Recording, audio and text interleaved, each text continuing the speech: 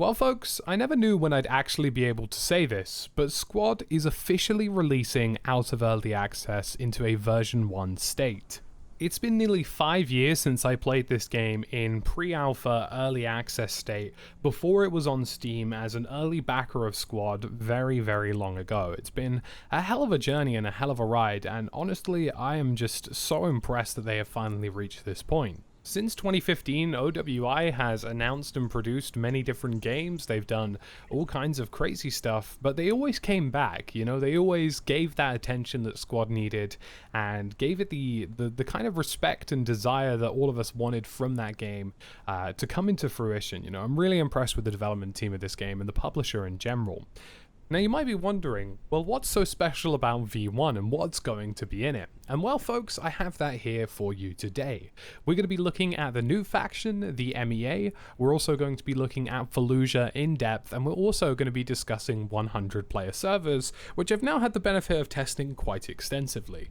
V1 is going to be pretty incredible for people who have never played Squad before, or perhaps had left for a while and have come back, because it's just an entirely different experience to anything that this game resembles in the past. Like, if you played Squad 2 years ago and then played it now, it's just drastically different and so much more improved than what it previously was. So lots of people have a lot to look forward to here, whether you're somebody who's interested in buying the game or somebody who perhaps, you know, let it simmer for a while as an early access game to see where it ends up. V1 is going to be a hell of a treat. So let's talk about Fallujah.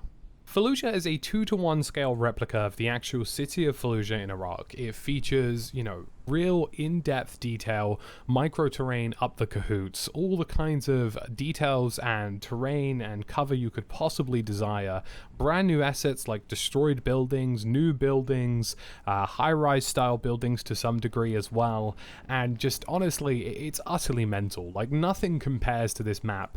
Like, the only way I could describe it to people who are watching my stream is like, it's just a tank. It's an absolute behemoth of a map. It's something you've never seen before.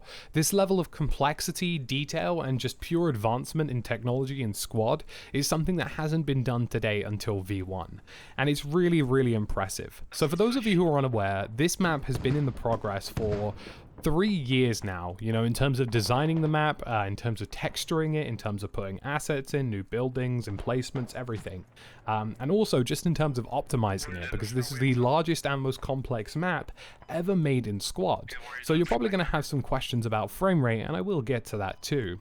But ultimately, it's utterly insane. You know, this map feels as though you could split it in 3 and you'd have 3 equally pretty damn cool maps. That's just how incredible it is. Notable places for me are the refugee camp, the blue mosque, which is like this massive centerpiece of the map, which I don't even think they've ever done a structure to this scale before in the game. There's also a really cool rail station, which is a little bit out of the way, and the highway to hell. So the highway to hell is actually a historical piece of information, so feel free to read up on it, but it's something to do with the conflict in Fallujah.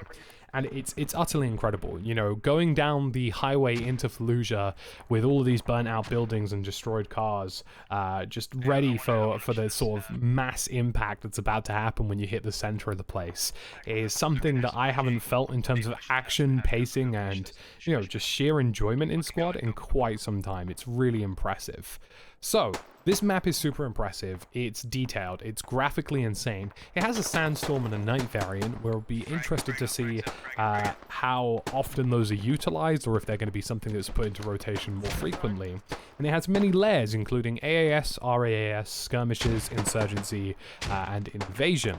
So really interesting stuff there. But how does it hold up performance-wise? Well, I'm pretty happy to report that it's pretty good. You know, there are some instances where I noticed a little bit of shakiness, but of course, you know, this isn't completely finalized just yet. But, you know, in terms of what I've seen so far, it seemed to fit the bill in terms of performance.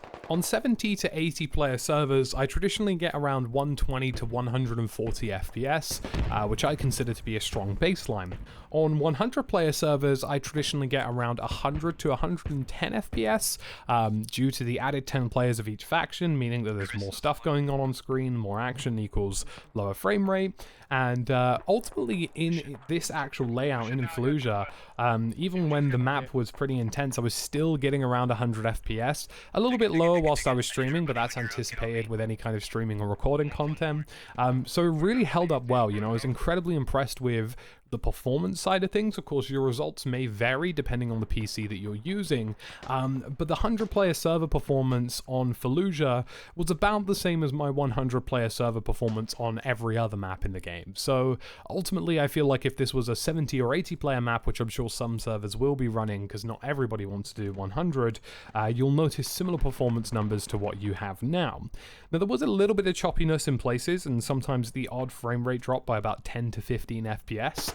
I think part of that was down to the fact that I was streaming as well, which meant that, you know, some priorities were elsewhere, but also just down to the fact that there are going to be instances on a 100-player Fallujah server where action is just, you know, there are going to be 100 people in the proximity of 1 or 2 flags, and ultimately that just means a lot is going to be happening on screen. There's definitely still some room for improvement. You know, we are talking about a 20 FPS-ish drop from 70/80 player servers to 100-player servers, so definitely stuff could be improved there, but ultimately, for me, I think it was very, very much in the realm of acceptability. You know, it wasn't unplayable, it was very playable, there were some dips, but ultimately, my frame rate stuck around the 100 to 90 region, which for me, I think is perfectly fine, bearing in mind that I am running more or less maxed out settings for the most part, and I do have a pretty high-end rig, and it wasn't, you know, it wasn't a jarring experience. So let's talk about the MEA. Well, the MEA are pretty damn impressive. They're probably my favorite Redfall faction ever made now. Like, they're better than the Russians in my opinion, not in terms of just the gear they have, but just because they're downright more interesting.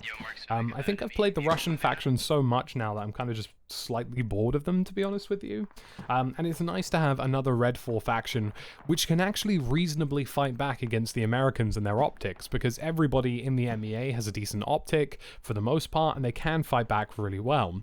The MG3 is an absolute shredder of a weapon. It can absolutely destroy infantry squads and has a really nice sight. G3A3 across the board has great optics as well and good firepower. The marksman class has a really great point optic as well, which is something I think a lot of people are going to love.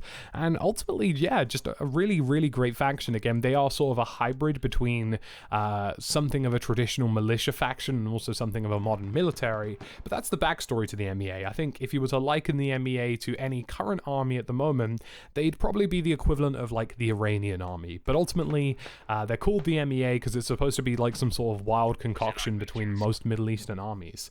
And ultimately, it's great. You know, I think their weapons are fun, their weapons are interesting, they play a little bit differently. Like the G3 definitely has a bit more of a kick to it, but it's definitely very lethal as well. And ultimately, yeah, you know, just really impressed with the MEA. It feels like a really fun faction to play with, something that can stack up against, you know, the Americans and the British as well, which is a nice change of pace. And yeah, just nice to have another Redfall faction that's actually fun and enjoyable. I really enjoyed the layers as well, where it was the MEA versus Insurgents, which was also quite fun.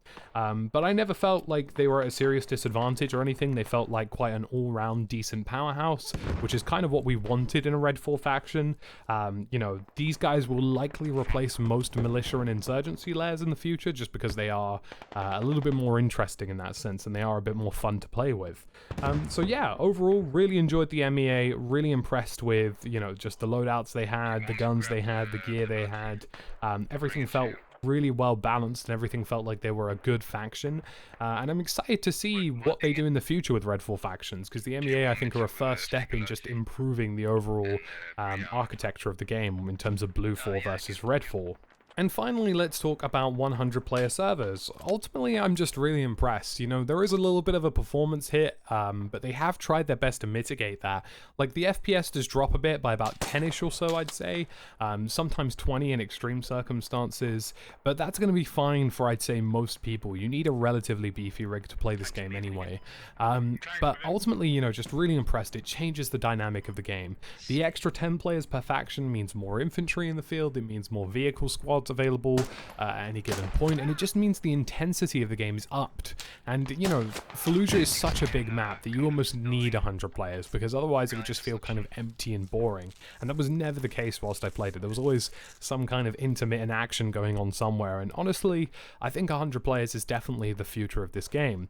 Of course, I'd love to see it more optimized where possible. Networking is definitely something that is a concern, of course, in terms of like hit registration and stuff like that, but they've already increased the amount of data that your client sends to the servers by double in the last update, so they are doing their best to try and mitigate some of these problems already. And of course, you know, 100 players is definitely going to be a teething issue for the game. I think there's going to be more optimization passes needed, more things done to try and sort of smooth it out a bit, but ultimately it just improves and enhances the squad experience so much that I'm really glad it's finally a thing that's entering the game.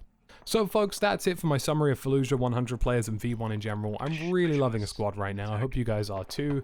Make sure to leave a like and a subscribe if you're interested.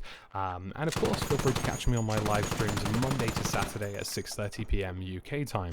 Have a lovely time wherever you are, folks, and I'll catch you in the next one.